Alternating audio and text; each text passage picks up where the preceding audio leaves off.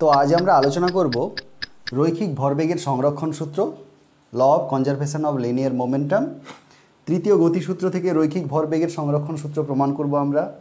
ঠিক একইভাবে করণবিদ্যার সাহায্যেও আমরা প্রমাণ করব নিউটনের তৃতীয় গতিসূত্র থেকে সংরক্ষণ সূত্র, এবং আবার রৈখিক ভরবেগের সংরক্ষণ সূত্র থেকে নিউটনের তৃতীয় গতিসূত্র আমরা প্রমাণ করব, এবং সবার শেষে আমরা বন্দুকের পিছু হটা অর্থাৎ রিকয়েল অফ এ গান সেটা আমরা বিস্তৃতভাবে আলোচনা করব। হ্যালো স্টুডেন্টস, কেমন আছো সবাই? আবারও হাজির তোমাদের হীরক স্যার নিয়ে একটি নতুন ক্লাস HM ক্লাসরুমে। তো চলো আজকে আমরা শুরু করি প্রথম আমাদের যে টপিকসটা, রৈখিক ভরবেগের সংরক্ষণ সূত্র। তো রৈখিক ভরবেগের সংরক্ষণ সূত্র কাকে বলে? বস্তু সংস্থার ওপর বাইরে থেকে যদি কোনো বল প্রয়োগ না হয় তাহলে কি হবে? ওই বস্তু সংস্থার মোট রৈখিক ভরবেগ অপরিবর্তিত থাকবে। তো আমরা এটা বিস্তৃতভাবে আলোচনা করি। নিউটনের দ্বিতীয় গতিসূত্রে কি বলা হয়েছিল? যে বস্তুর উপর ভরবেগের পরিবর্তনের হার প্রযুক্ত বলের সমানুপাতিক।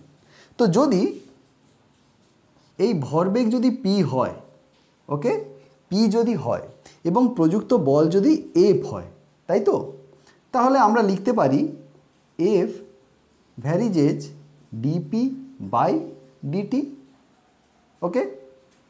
বা ধরো আমরা লিখলাম F equals to dp by DT.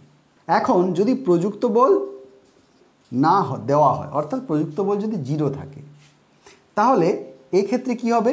DP ডিটিও zero হবে, ডিপি ডিটি জিরো।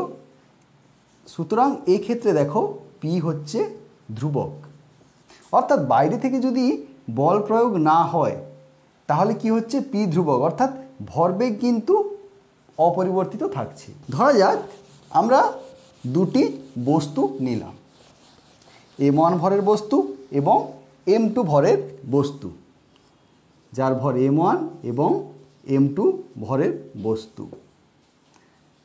ধরলাম এই M1 বস্তুর প্রাথমিক বেগ U1 এবং M2 বস্তুর প্রাথমিক বেগ V1, ওরা একই দিকে চলেছে। এবার যদি U1 লেস দেন V1 হয় তাহলে কি হবে না, এক সময় এই বস্তুটা এই বস্তুর সঙ্গে ধাক্কা লাগবে। যখন ধাক্কা লাগলো অর্থাৎ সংঘাতের সময়, এটা কখন? সংঘাতের আগে এবং এটা সংঘাতের সময়। তো সংঘাতের সময় যদি ধাক্কা লাগে একে অপরের উপর বল প্রয়োগ করবে। তো সাপোজ ধরলাম এই বস্তুটা এই বস্তুর উপর বল প্রয়োগ করলো F21, এই 2 নম্বর বস্তুর উপর, এই 2 নম্বর বস্তুর উপর 1 নম্বর বস্তু কি বল প্রয়োগ করলো? F21। ঠিক প্রতিক্রিয়া বলস্বরূপ এই 2 নম্বর বস্তুটা 1 নম্বর বস্তুর উপর কি বল প্রক্রিয়া করবে? F12, ওকে। এবার দেখো যখন সংঘাতের পরে ধরে নিলাম এই 2 নম্বর বস্তুটার গতিবেগ হলো V2 এবং 1 নম্বর বস্তুটির গতিবেগ হলো U2, ওকে। এটা কখন? না সংঘাতের পরে। এবং ভরবেগের সংরক্ষণ সূত্রানুযায়ী সংঘাতের আগে মোট ভরবেগ কত? না M1 U1 plus M2 V1, এবং সংঘাতের পরে মোট ভরবেগ কত? M1 U2 plus M2 V2, ওকে। এবং বলা হয়েছে যে এই সংঘাতের আগে যে মোট ভরবেগ এবং সংঘাতের পরে যদি মোট ভরবেগ তা সমান থাকবে, অপরিবর্তিত থাকবে। অর্থাৎ M1 U1 plus M2 V1 equals to M1 U2 plus M2 V2।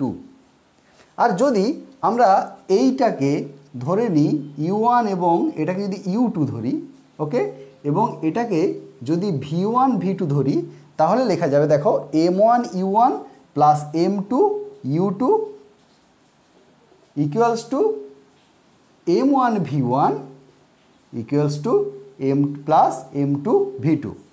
তো চলো এবার আমরা এই নিউটনের তৃতীয় গতিসূত্র থেকে রৈখিক ভরবেগের সংরক্ষণ সূত্র কিভাবে প্রতিষ্ঠা হচ্ছে সেটা আমরা প্রমাণ করে দেখি। ধরা যাক দুটি বস্তু, আমরা এর আগে দেখেছি যে m1 m ভরের দুটি বস্তু একই রেখা বরাবর একই অভিমুখে গতিশীল এবং m1 বস্তুর প্রাথমিক বেগ u1 এবং m2 বস্তুর প্রাথমিক বেগ u2। এখন u1 গ্রেটার দেন u2 হয় কি হলো না, একটা ক্ষণিকের সময়ের জন্য, সাপোজ ধরলাম t সময়ের জন্য উভয়ের মধ্যে সংঘাত হলো। কত না t সময়ের জন্যে, এবং সংঘাত হওয়ার ফলে m1 বস্তুটি m2 বস্তুর ওপর F21 বল প্রয়োগ করে। m1 বস্তুটি m2 বস্তুর ওপর কত করে বল না F21 বল, এবং তখন এই যে ক্রিয়া বল তার প্রতিক্রিয়া বলের জন্য m2 বস্তুটিও m1 বস্তুর ওপর বল প্রয়োগ করলো F12, অর্থাৎ 1 নম্বর বস্তুর ওপর 2 নম্বর বস্তু দ্বারা ক্রিয়ারত বল। এবার দেখো নিউটনের তৃতীয় গতিসূত্র অনুযায়ী কী জানি, নিউটনের তৃতীয় সূত্র অনুযায়ী বলেছে যে ক্রিয়া প্রতিক্রিয়া সমান ও বিপরীত, অর্থাৎ এই m1 বস্তুটি m2 বস্তুর ওপর যদি ক্রিয়া বল F21 দেয় তাহলে তার প্রতিক্রিয়া স্বরূপ m2 বস্তুটি m1 বস্তুর ওপর F12 এই প্রতিক্রিয়া বল দেবে। এবং নিউটনের তৃতীয় সূত্র অনুযায়ী কী লিখতে পারি না F12 equals to F21 minus. ওকে, এবার চলো দেখা যাক এই যে প্রযুক্ত বল কি না m1 বস্তু দ্বারা m2 বস্তুর ওপর প্রযুক্ত বল F21 এটা কি করেছে না এই m2 বস্তুর ভরবেগের পরিবর্তন ঘটিয়েছে। অর্থাৎ লিখতে পারি দেখো F21 এটা কার 2 নম্বর বস্তুর ওপর বল প্রয়োগ হয়েছে, তাহলে 2 নম্বর বস্তুর ভরবেগের পরিবর্তন, অর্থাৎ m2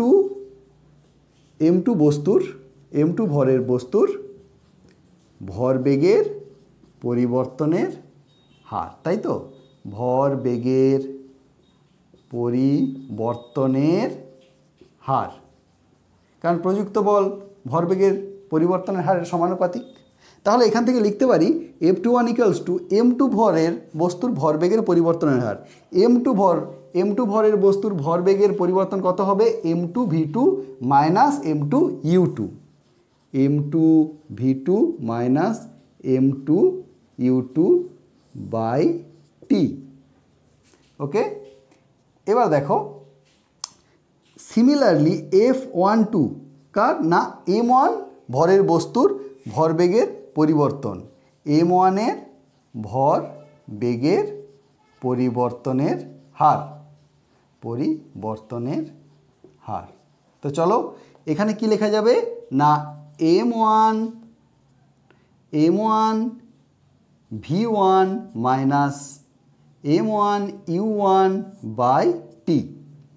এবং যেহেতু নিউটনের তৃতীয় গতি সূত্রানুযায়ী লেখা যায় F21 মাইনাস অফ F12, তাহলে আমরা লিখতে পারি m2 v2 minus m2 u2 by t equals to minus of m1 v1 minus m1 u1 by t, বা লিখতে পারি টি কেটে গেল, তাহলে m2 v2 minus of m2 u2, এখানে কি লিখব minus of m1 v1 plus m1 u1।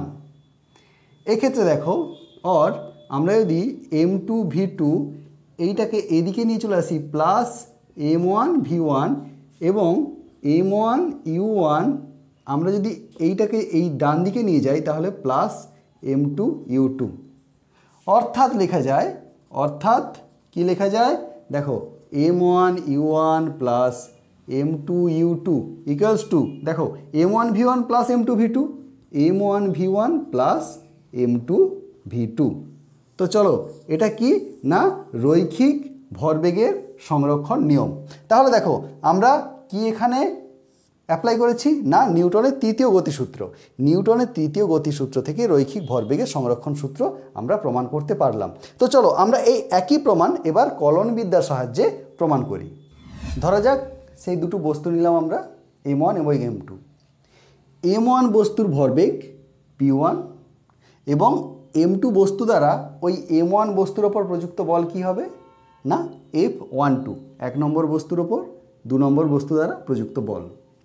ঠিক একইভাবে আমরা ধরলাম m2 ভরের বস্তুর ভরবেগ p2 এবং ওই m1 বস্তু দ্বারা m2 বস্তুর ওপর প্রযুক্ত বল কত না F21, 2 নম্বর বস্তুর ওপর 1 নম্বর বস্তু দ্বারা প্রযুক্ত বল। এই দেখো এবার নিউটনের দ্বিতীয় গতিসূত্র কি বলে। দ্বিতীয় গতিসূত্র অনুযায়ী দেখো F12, তাই তো, F12 কি m2 দ্বারা প্রযুক্ত বল, তাহলে m2 দ্বারা যদি প্রযুক্ত বল কার ওপর m1 বস্তুর ওপর, তাহলে এটা কি হবে m1 বস্তুর ভরবেগের কি পরিবর্তনের হার, ভরবেগের পরিবর্তনের হার। ওকে, এবং F21 কি m1 দ্বারা m2 বস্তুর ওপর প্রযুক্ত বল, তাহলে এই বলের ফলে m2 বস্তুর ভরবেগের পরিবর্তনের হার হবে m2 বস্তুর ভরবেগের পরিবর্তনের হার। দেখো F12 অর্থাৎ m1 বস্তুর ভরবেগ p1, তাহলে m1 বস্তুর ভরবেগের পরিবর্তনের হার কত হবে dp1/dt।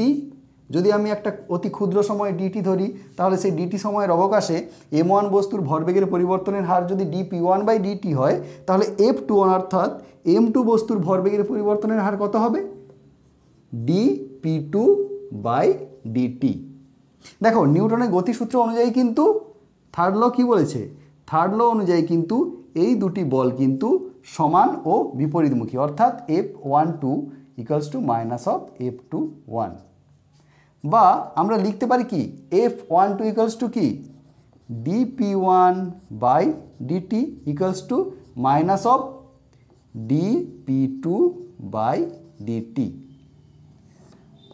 বা আমরা লিখতে পারি এখান থেকে কি লিখতে পারি dp1/dt প্লাস dp2/dt 0, বা লিখতে পারি ddt of p1 plus p2 0। অতএব এটা লেখা যায় p1 প্লাস p2 ধ্রুবক। এই p1 প্লাস p2 এটা কি, এটা দেখো এটা হলো m1 বস্তুর ভরবেগ এবং p2 হলো m2 বস্তুর রৈখিক ভরবেগ। তাহলে দেখো মোট রৈখিক ভরবেগ কিন্তু কি থাকছে ধ্রুবক, অর্থাৎ অপরিবর্তিত, এবং এটি হচ্ছে রৈখিক ভরবেগের সংরক্ষণ সূত্র।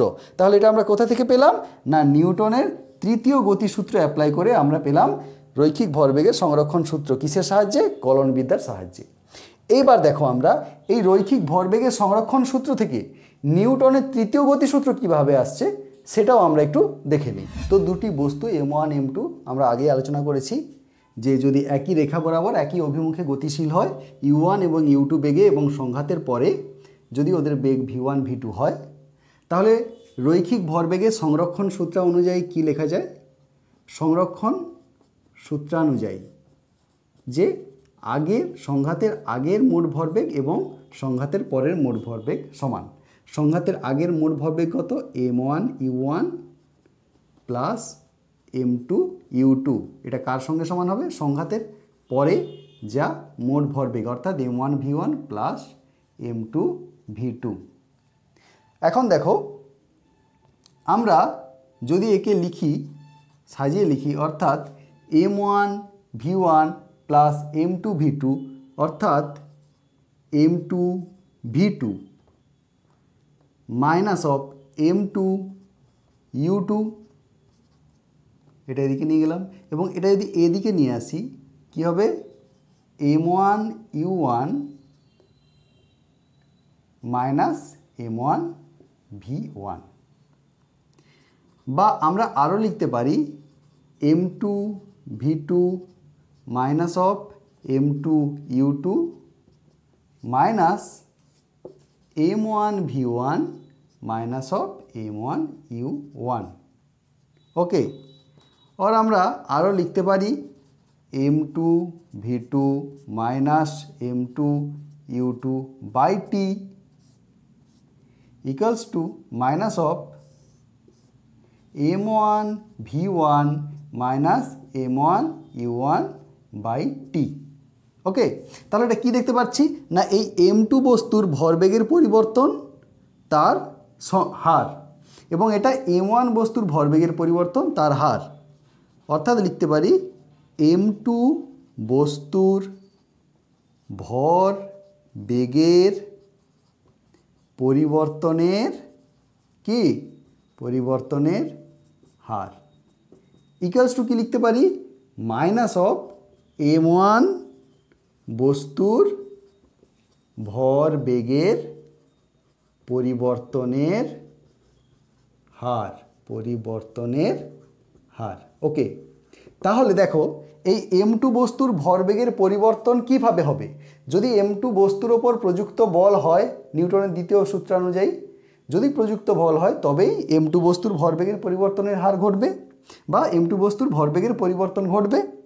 তাহলে লিখতে পারি m2 বস্তুর ওপর প্রযুক্ত বল, m2 বস্তুর ওপর প্রযুক্ত বল ইকুয়ালস টু মাইনাস অফ এটা কি হবে তাহলে m1 বস্তুর ওপর প্রযুক্ত বল। তাহলে এখানে m2 বস্তুর ওপর কে বল প্রয়োগ করেছে? m1 বস্তু। তাহলে m1 বস্তু দ্বারা m2 বস্তুর ওপর প্রযুক্ত বল কত? F21। অতএব F21 equals to minus of m1 বস্তুর ওপর তাহলে প্রযুক্ত বল কত? F12। তাহলে কি পাওয়া গেল? এই যে প্রযুক্ত বল এটা কি না সমান এবং বিপরীতমুখী, যেহেতু মাইনাস অর্থাৎ বিপরীতমুখী পাওয়া গেল।